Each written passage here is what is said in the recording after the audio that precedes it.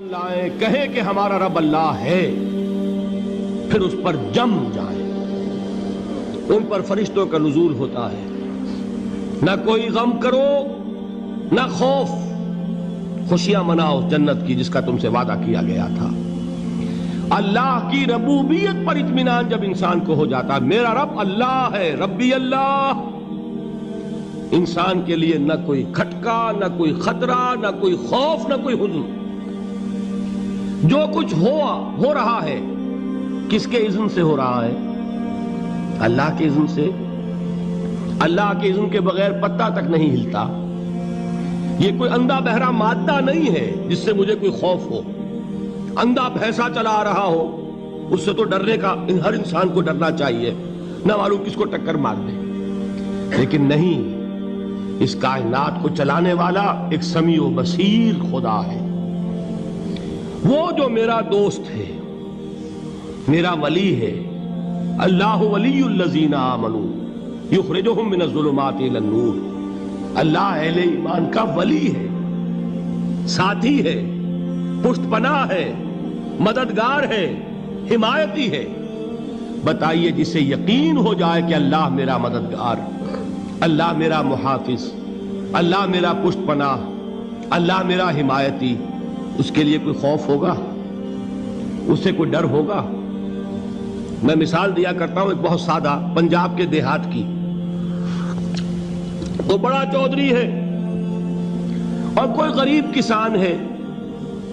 اس غریب کسان کے جانوروں کو ہر وقت اندیشہ ہوگا چوری کا، کوئی میری بھینس کھول کر نہ لے جائے، کوئی میرا بیل کھول کر نہ لے جائے۔ لیکن جس کے بارے میں یہ سب کو معلوم ہو کہ وہ جو بڑا چودھری ہے وہ اس کا دوست ہے، اس کی بچیا کو کوئی خوف ہوگا؟ اس کی بھینس پر کوئی ہاتھ ڈالے گا؟ اسے کوئی اندیشہ ہوگا؟ نہیں۔ کیوں؟ کہ وہ بڑا چودھری، بڑا اس کا یہاں کا سردار، جاگیردار، سب کو معلوم ہے وہ میرا دوست ہے، کوئی میرے خلاف اقدام نہیں کر سکتا۔ اس دنیا میں یہ چھوٹی سی بات اگر آپ کے دلی اطمینان اور سکون کا باعث بن سکتی ہے تو ذرا تصور کیجئے۔ میں لفظ تصور استعمال کروں گا صرف اس لیے کہ اس کا ہم جس کو کہتے ہیں ادراک اور شعور کر نہیں سکتے، اگر کے ساتھ کر سکتے۔ اگر یقین ہو کہ اللہ میرا مددگار اور یقین ہو کہ اللہ ہر آن میرے ساتھ ہے، پھر کوئی خوف؟ کس کا خوف؟ کوئی شے اللہ سے بالا تر ہے؟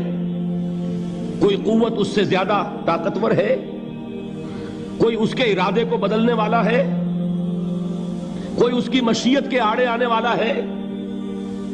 یہی بات ہے جو حضور نے فرمائی۔ یہ ایمان کا حاصل ہے لب لباب،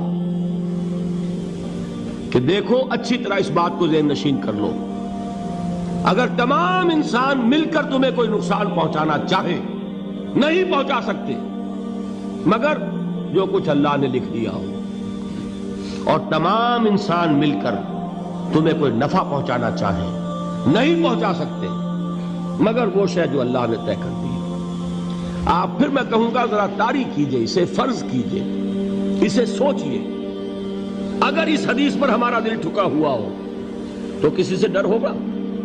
یہ مجھے نقصان نہ پہنچا دے، یہ میری رپورٹ خراب نہ کر دے، یہ میری انکریمنٹ نہ رکوا دے، یہ میرا یہ نہ بگاڑ دے، یہ میرے یہ نقصان نہ پہنچا دے۔ اس کا ڈر، اس کا ڈر، اس کا خوف، اس کی خوشامد، اس کے لیے جا کر طرح طرح سے اپنی عزت نفس کو ذلیل کروانا اس کے سامنے، یہ سب کچھ کیوں کرتا ہے انسان؟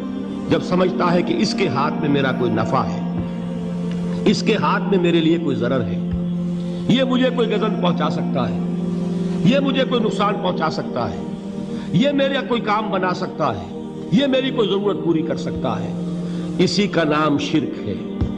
جہاں آپ نے یہ سمجھا کہ غیر اللہ کے اندر کوئی طاقت موجود ہے، وہی شرک ہے۔ بتوں سے تجھ کو امیدیں، خدا سے نومیدی، مجھے بتا تو صحیح اور کافری کیا ہے؟ شرک تو یہ ہے۔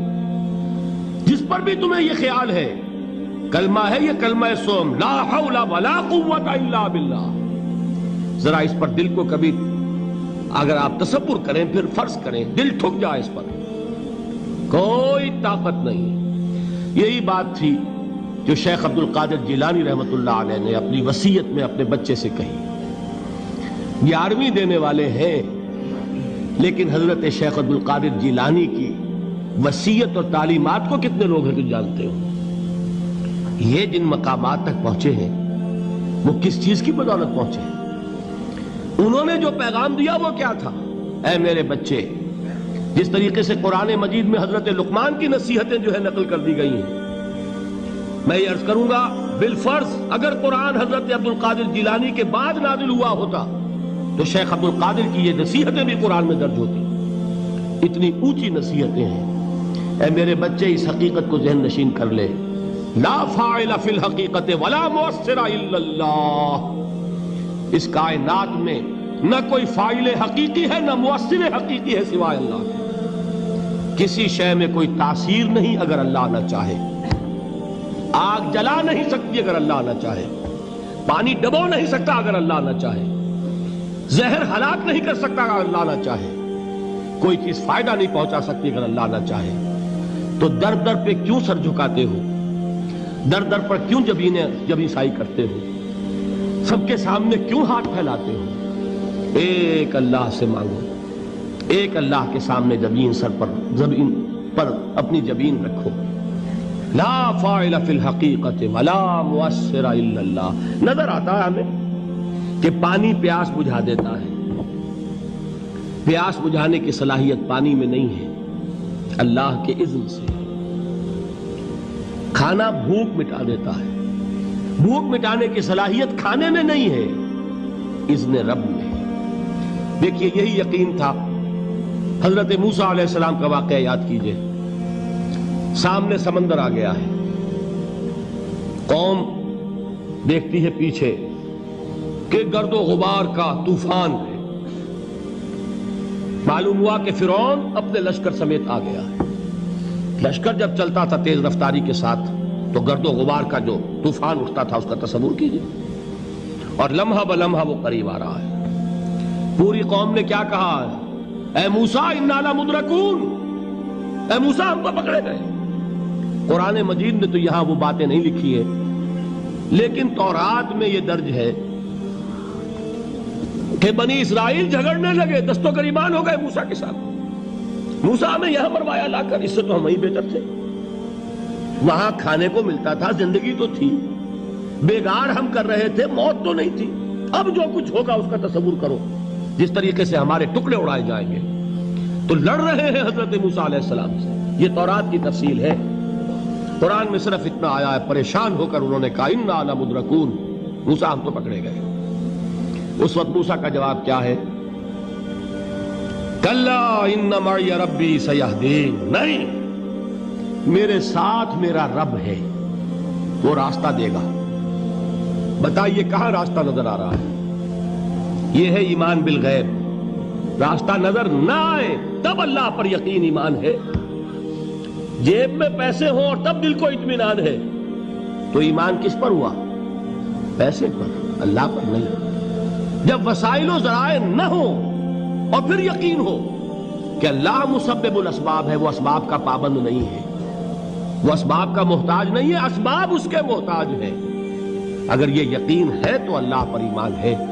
یہ نہیں ہے تو تمہارا ایمان اسباب پر ہے، وسائل پر ہے، ذرائع پر ہے، مادیات پر ہے، اللہ پر نہیں. اس وقت کہاں راستہ تھا؟ کوئی راستہ تھا؟ سمندر ہے اور ادھر سے لشکر آ گیا ہے. کلا ان معی ربی سیہدین. اب دیکھیے ایمان کہہ دینا آسان ہے، ہوا معکم اینما کنتم، جہاں کہیں بھی تم ہوتے ہو اللہ تمہارے ساتھ ہوتا ہے. لیکن اس کا یقین قائم ہو جائے تو زمین و آسمان کا فرق واقع ہو جائے.